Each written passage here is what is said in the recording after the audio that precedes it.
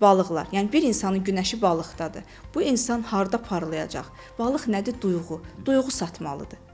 Bir psixoloq olacaq. Balığın iki yaxşı işi var. Bir əri işi səliqəlidir. Həqiqətən gördüyü işlər çox səliqəlidir. Ya restoran biznesi, dizayn, geyim, tasarım, müqavilələr şöbəsi, adilkadır və numerologiya, yəni də deyirəm astrologiya, psixologiya və aparıcılarda. Niyə?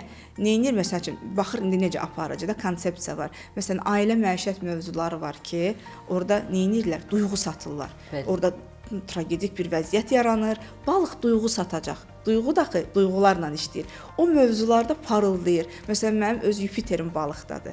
Balıq zodiakın ən spiritual bürclərindən biridir ki, hansı şeyi həyatına çəkir. Yupiter də bayaq dedik nədir? Hər şeyi böyüdür, zoomlayır. Biz əgər şansımız hardadırsa, onunla bağlı bir işlərə gediriksə, demək ki, o bizim işlərimizi zoomlayacaq da, məntiqlə yəni.